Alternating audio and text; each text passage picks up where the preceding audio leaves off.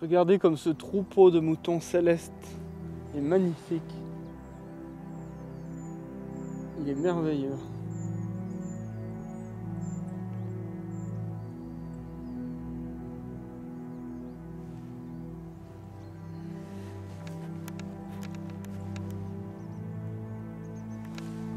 J'ai fait un rêve il y a quelques semaines où j'avais dans les bras 2 têtes de chiens coupées. Et elles étaient dans mes bras et elles me léchaient un peu les bras et elles me regardaient et je les tenais comme ça. Et j'ai trouvé ça extrêmement beau et extrêmement symbolique. Je trouve ça extrêmement beau, la symbolique qu'on peut voir dans les rêves. Comme s'il y avait quelque chose de grand, comme s'il y avait quelque chose de sacré qui se produisait à l'intérieur de notre cerveau quand on rêve. Et cette beauté symbolique, j'essaie de la voir dans les choses du quotidien autour de nous. C'est grand et c'est beau de manger, c'est grand et c'est beau de marcher dans la forêt. C'est beau d'être, c'est beau d'observer les fourmis. En réalité, toute cette symbolique qu'on peut avoir vraiment dans des tableaux qui sont faits pour être symboliques, ou des rêves qui prennent un aspect incroyable, parce qu'il y a des figures comme ça un peu mystérieuses, et bien tout autour de nous, en réalité, il y a des moments comme ça qui sont beaux et qui portent ce sacré. Et je pense que c'est quelque chose de sacré. C'est-à-dire qu'on se dit, ça, c'est un événement qui porte du sens, un sens gigantesque, un sens flou, vague, mais gigantesque.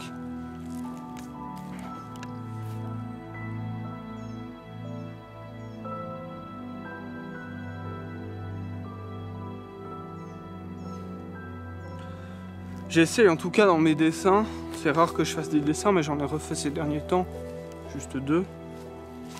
Et je pense que j'ai vraiment ça dans mes dessins. J'essaie de mettre cette pulsion de sacré et de grandiose à l'intérieur de mes dessins.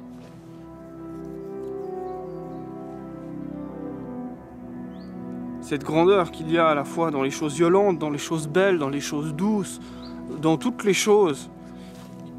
Et c'est un esprit, c'est une façon de percevoir le monde qui consiste à dire le monde est beau, grand et incroyable. Et enfin, c'est pas incroyable, mais il est important, il est puissant en lui-même. Il a une puissance, il a une signification. Et je pense que ça s'oppose à toute une vision de l'art, mais qui s'applique aussi au monde et à la vie quotidienne, de dire le monde est nul, banal, chiant, vide de sens, vide de beauté, vide de grandeur, vide de violence, vide de douceur, vide de tout. Et je pense que c'est vraiment une opposition à dire les choses portent un sens. Et je trouve que, avec les rêves, qui pour ma part sont souvent symboliques, en tout cas ceux dont je me souviens, portent une espèce de figure symbolique, un être humain qui tient 2 têtes de chien coupées, je trouve que ça m'évoque des choses. Alors évidemment, c'est mon cerveau qui a pensé ça, donc évidemment que ça va me parler à moi. Alors bon, l'interprétation, ça peut être il peut y avoir 1000 interprétations. Peut-être que mon cerveau a pensé à mon chien pendant le rêve, mon chien qui va bientôt mourir, et donc qui est comme ça coupé de son propre corps, qui est incapable de survivre face à son vieillissement, qui va finir par mourir inexorablement. Donc il se retrouve dans mes bras démuni, et 2 têtes, peut-être parce que je pense un peu la même chose de mes poules. Je sais pas, c'est peut-être pas ça, c'est peut-être autre chose. Mais je pense que cette symbolique des 2 têtes coupées de chien transportait comme sens, eh bien ça vient du monde que j'ai vécu, parce que mon rêve il a été construit avec le monde que j'ai vécu, et c'est une retranscription de quelque chose de grandiose dans la vie. quelque chose de grandiose, comme l'affection qu'on peut avoir pour... Oh là là, ces avions.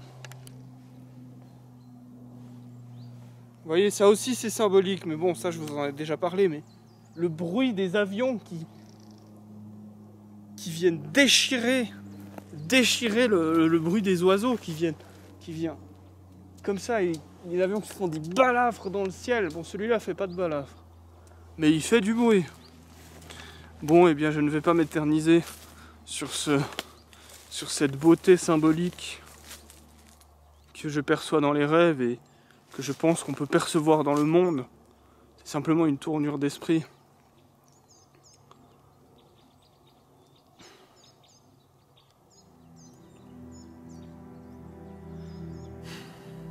Je sais pas si c'est simplement une tournure d'esprit.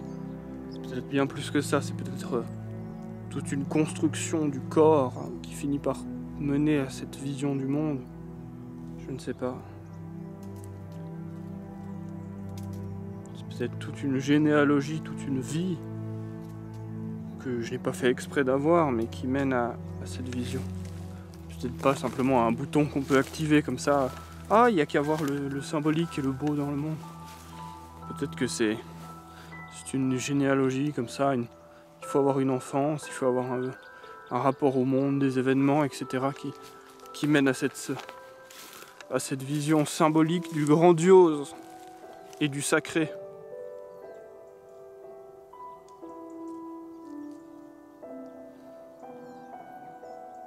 Voilà. Je vous dis au revoir.